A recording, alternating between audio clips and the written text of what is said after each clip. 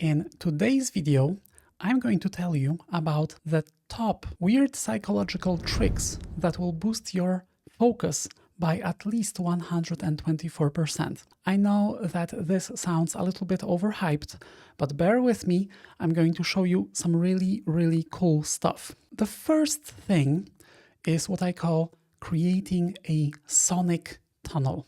And it basically means that you start listening to sounds instead of music to double your focus. I'm using YouTube Music quite a bit because I have YouTube Premium, and I have found that something like Spotify basically sucks because the songs are very short.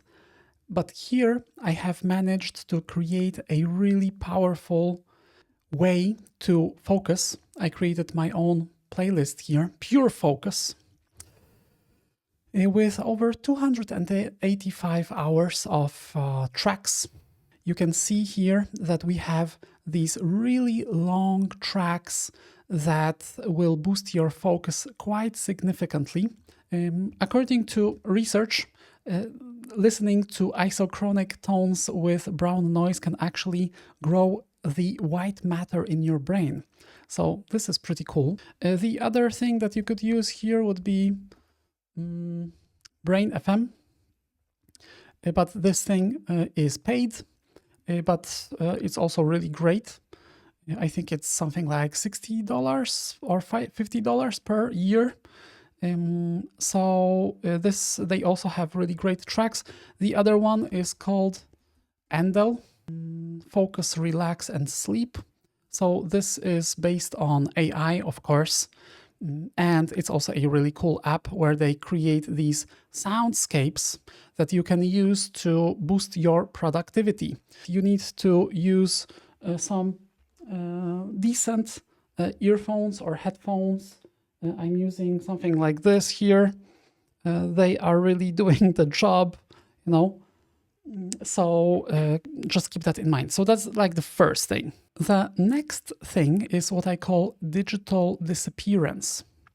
And it's to work on tasks in full screen mode. Let me just show you what I mean. For example, I've been working on this script for this video here.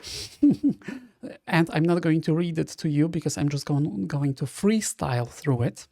But look at the difference.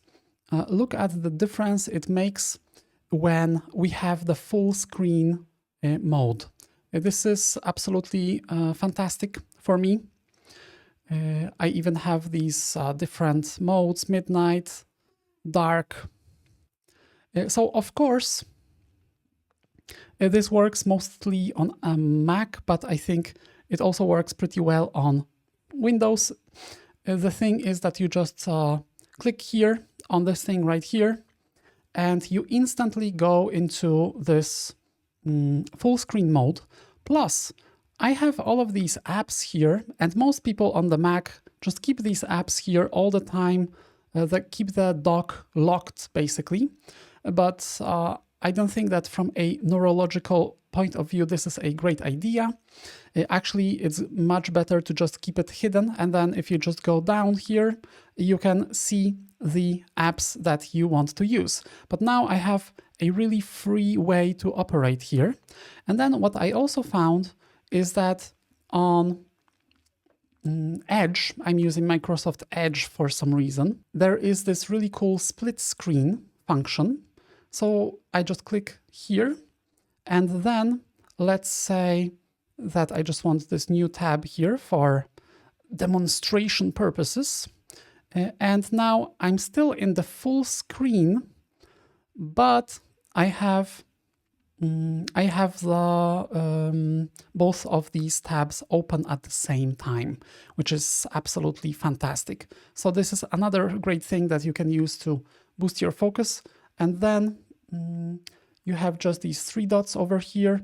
You can separate these two tabs, open this web page in a new tab, switch left and right tabs, and vertical, and so on and so forth. So let's just separate them. The next one is, it's also kind of weird, but kind of cool.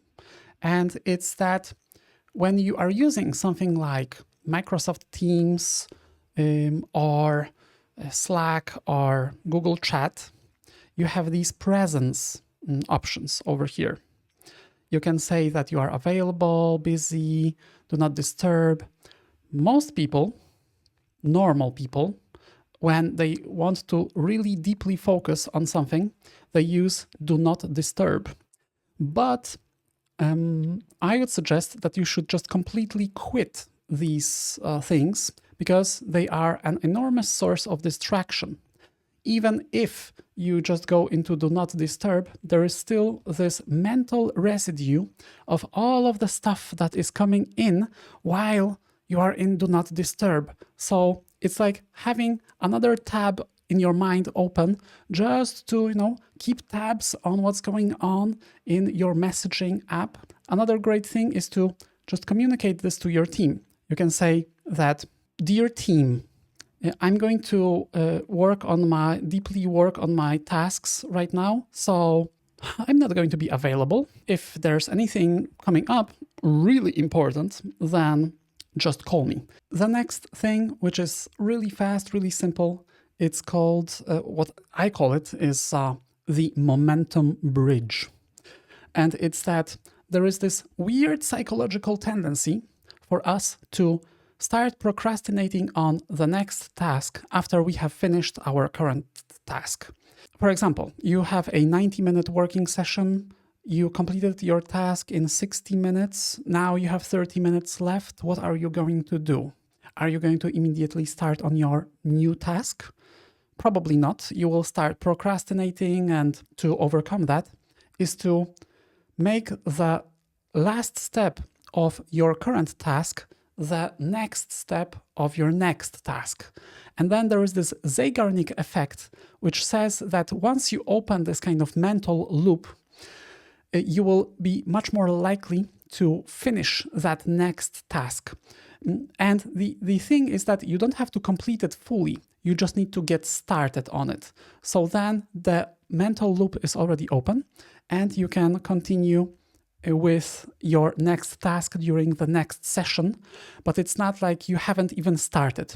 So even that very small commitment, like I'm going to work on that thing for just 5 minutes and that's it, or just do one little thing. But once you get over that hoop and you start working on the thing, you are much more likely to finish it. All right, so the next thing is what I call task shredder. And this is really great for improving your focus because sometimes when there is a big project that you want to complete, it appears monumental in your mind. And you are very unlikely to start on a thing that appears so huge and immovable. But if you just shred it into really tiny pieces, you are much more likely to get started and complete all of these different steps. So sometimes people make fun of me because I like to create really detailed plans for projects. Let's just take a look at this full marketing campaign template. If you have something like this, that you have these very detailed subtasks for your marketing campaign, let's say, and each of these tasks only takes 15 to 45 minutes, then you can just go through the whole thing and you can complete it. And the best thing is that when you already have thought about all of the tasks, subtasks that go into the main task, you will be much more detailed in your execution. So it's called work breakdown structure, and it's something really crucial. Create all of the subtasks that you need for your current project, and then set specific deadlines for each subtask, milestone, etc. And then you are going to increase the likelihood that you are going to accomplish this project. I would say like 3-fold, 5-fold, I don't know. I don't know why people are not doing this. Okay, another one. This is going to be really quick. It's called the longhand contract. Writing stuff down by hand. I know that it's weird in the current digital age to be writing stuff by hand, but truly, this is one of the major hacks that I'm using. Oh my God, this is some abstract art here that I'm using to boost my productivity. They have found that if you write down your goals, you are 1.5 times more likely to achieve them than if you just think about them. So the weird trick that you can use is to, for example, if you are preparing for a longer work session, you can just write, during this work session, I'm going to do this, this, and that. And this far increases your likelihood of success than if you were just to, thinking about it. The same goes with your goals and everything else. If you want to really focus on something, just write it down. That's why I'm also not using a digital task list for my personal productivity, or I very rarely use it. Of course, in a larger organization, you need to have all of this organized in some digital format. But for my personal productivity, I just use this pen and paper, and it's working wonders. The next one is what I call the acknowledgement deflection, which is a fancy way of saying that you can employ metacognition to stop procrastination. But this is a little bit tricky because you need to be in a right state of mind already. It's very difficult to conjure this up without a lot of previous practice. And the practice I'm talking about is meditation. And through meditation, like mindfulness meditation, where you observe the thoughts that appear in your mind, you can develop a skill called metacognition, which is that you are aware of the thoughts that appear in your mind and you can distance yourself from them. So you do not just act on your impulses, but rather you are aware that you are thinking about something. So for example, if you want to procrastinate, you will notice that, OMG, my mind just wants to procrastinate. And then once you have this metacognition, you can just go 3, 2, 1, go, and start on your next task. Another one is what I called the structured reward. And it basically means that you do not deprive yourself of the rewards of your labor, like, for example, having a cookie or going for a walk or making some of your favorite brew, but rather that you time it so that you make a little contract with yourself within your mind where you say, if I'm going to work on this thing for 60 minutes, then I'm going to get this really cool reward, like going for a walk or eating the cookie, making some coffee, even scrolling Instagram for like 5 minutes, not for 3 hours. This really works because if you're just going to tell your brain, okay, we are going to be working on this thing forever, then this is not going to happen. You are not a robot yet. So that's why it's really important to just set this small incremental rewards for yourself and say, okay, now I'm going to really stay focused, but then I'm going to get my reward. Okay, the next one is the calm energy switch. And it's that you switch from coffee to matcha or green tea. As you can see here, I have some really cool green tea because coffee is basically a huge caffeine booster, but it doesn't have L-theanine. And L-theanine that is in green tea or matcha has this really calming effect. So instead of just going like crazy in this kind of coffee-induced anxiety mode, you just drink a little bit of tea or matcha. Even like every session, you can drink a lot of this stuff actually, and you have this calm alpha state of mind where you don't get so tired, but also you have this calmer energy. The last one is called the tactile triumph, and it's that you can use physical objects to boost your focus. For example, paper clips, marbles, little kind of glass balls. Glass balls actually work pretty well. That you move when you complete a certain portion of your project or task or whatever. I think this is a fantastic way to focus your mind, especially if you're in some kind of sales or outreach job, but not only. For example, you want to make 50 calls per day or 50 outreach messages per day. Each time you make that message, you send that message or you make that call, you take that little object. It could be preferably a glass ball or something that you will like, and then you put it on the other side of your desk into a small bowl.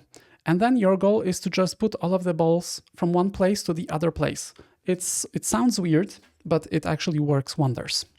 All right, my friends, so this is it. I'm really curious about any other weird psychological tricks that can be used to boost your focus. I hope that you like the ones that I have provided you with in this video. Please leave a comment if you have more weird psychological tricks.